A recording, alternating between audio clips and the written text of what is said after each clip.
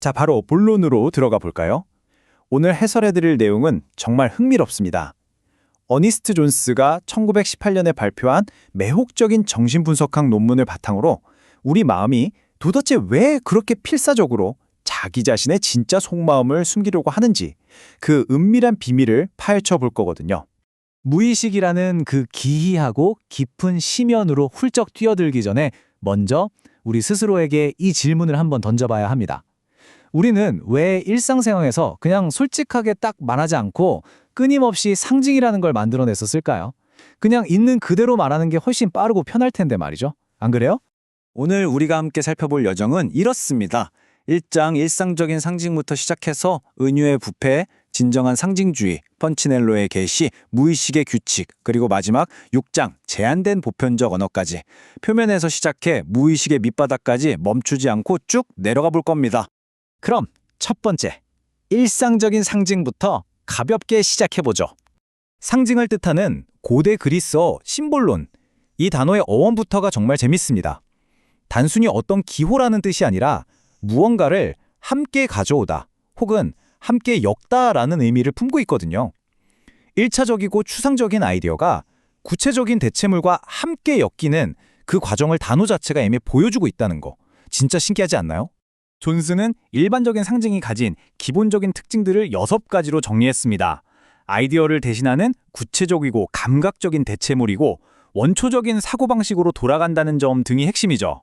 펄럭이는 천조각인 국기가 나라 전체를 상징하는 현상이나 과거 베네치아의 총독이 진짜 반지를 바다에 던지며 아드리아해와 결혼식을 올렸던 그 기막힌 역사적 의식까지 이 특징들로 전부 완벽하게 설명이 됩니다. 결국 덜 본질적인 사물이 가장 중요한 관념을 대신 떠맡게 되는 거죠. 자, 이제 두 번째 파트, 은유의 부패로 넘어가서 언어가 어떻게 자연스럽게 진화 혹은 퇴화하는지 볼까요? 언어학에서 말하는 은유의 부패는 보통 이렇게 3단계를 거칩니다. 처음에는 뜻을 생생하게 전달하려고 아주 명백한 비교, 즉 직유나 은유를 쓰죠. 하지만 시간이 지나면서 원래의 비유적인 의미는 사람들 머릿속에서 완전히 잊혀버리고 결국 그냥 문자 그대로의 일반적인 단어로 부패해서 굳어지게 됩니다. 비유의 단계들을 생각해보면 확 와닿으실 겁니다. 폭풍의 분노라는 표현은 누가 봐도 대놓고 쓴 비유잖아요? 그런데 멜랑콜리, 즉 우울증이라는 단어는 어떨까요?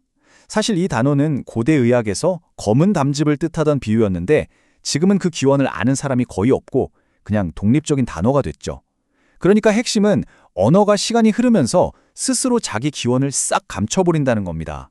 우리는 매일 쓰는 단어 속에 어떤 원초적인 이미지가 숨어 있는지도 모른 채 그냥 습관적으로 입에 올리고 있는 거예요. 표면적인 이야기는 이쯤 해두고요. 세 번째, 진정한 상징주의.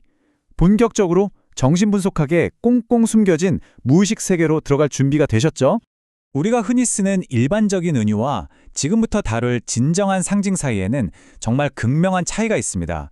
은유는 우리가 뜻을 명확히 하거나 꾸미기 위해 의식적으로 선택하는 거잖아요. 하지만 진정한 상징은 완전히 다릅니다. 이건 철저히 무의식적이고 철저히 숨겨져 있고 심지어 놀라움이나 심한 거부감까지 불러일으킵니다.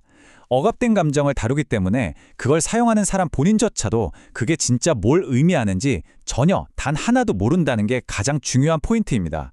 추상적인 이론만 들으면 감이 잘 안 오니까 네 번째 파트, 펀치넬로의 계시에서 아주 충격적이고 구체적인 역사적 사례를 하나 보겠습니다. 프랑스 작가 샤를 로디에가 친숙하고 웃기게 생긴 꼭두각시 인형 펀치넬로에 대해 남긴 열정적인 묘사를 한번 떠올려 볼까요? 그는 이 인형을 본능에 내맡겨진 자연인의 살아있는 모형이라고 표현했습니다. 펀치넬로의 사악하고 본능적인 모습 뒤에는 사실 훨씬 더 어둡고 억압된 심리적 현실이 떡하니 버티고 있다는 뜻이죠. 마치 언어학 탐정이 된 것처럼 존스는 물리적인 특징과 어원이라는 단서들을 하나하나 조립합니다.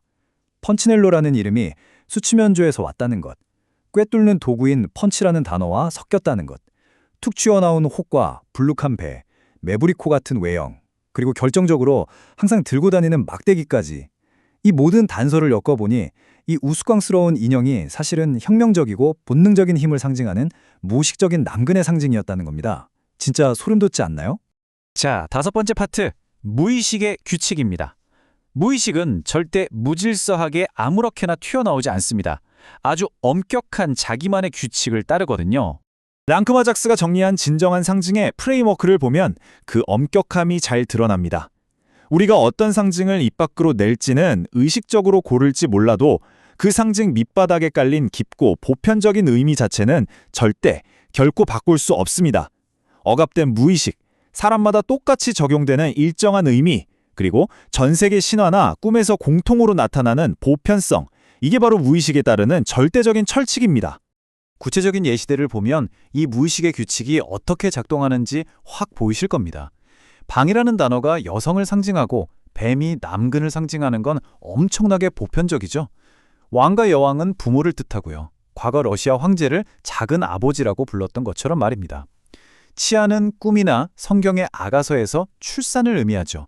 고대 그리스 종교부터 구약 성서, 그리고 여러분이 어젯밤 꾼 꿈에 이르기까지 이 완전히 똑같은 무의식적 의미들이 시간과 공간을 훌쩍 뛰어넘어서 계속 반복되고 있는 겁니다. 이제 대망의 마지막, 6번째 파트, 제한된 보편적 언어입니다. 이 정신분석학 이론 전체를 관통하는 가장 거대하고 충격적인 역설을 마주할 시간입니다. 정신분석학 전문가들이 수많은 사람들의 무의식을 연구하면서 찾아낸 고요하고 진정한 상징의 수는 자그마치 수천, 수만 개에 달합니다. 인간의 마음이 빚어내는 창의성이 진짜 끝도 없는 것처럼 보이죠. 그런데 여기서 엄청난 반전이 있습니다. 그 화려하고 다채로운 수천 개의 상징들이 궁극적으로 의미하는 바를 싹 다 모아서 분류해보면 결국 아주 작은 한 줌의 원초적인 개념들로 압축된다는 겁니다. 자기 자신의 몸, 부모나 형제 같은 직계가족, 탄생, 사랑과 섹슈얼리티, 그리고 죽음. 네, 믿기지 않겠지만 진짜 이게 전부예요. 우리 무의식이 미친 듯이 쏟아내는 그 수많은 상징들이 알고 보면 인류의 가장 본능적이고 원초적인 이 몇 가지 주제만 주야장천 반복해서 외치고 있었던 겁니다. 자, 오늘 해설을 마무리하면서 여러분께 질문 하나 던지겠습니다. 우리의 무의식이 매일 내뱉는 말이나 밤마다 꾸는 꿈속에 이토록 은밀하고 제한된 언어를 끊임없이 숨겨놓고 있다는 걸 이제 확실히 아셨잖아요. 그렇다면 바쁜 일상을 잠시 멈추고 내면에서 들려오는 그 상징의 언어에 가만히 귀를 기울여 본다면 여러분은 과연 어떤 숨겨진 진실과 마주하게 될까요? 무의식이 보내는 그 은밀한 메시지 한 번쯤은 진지하게 해독해보고 싶지 않으신가요? 자, 오늘 탐구는 여기서 마치겠습니다. 다음에도 여러분의 시야를 확 넓혀줄 흥미로운 해설로 다시 찾아올게요.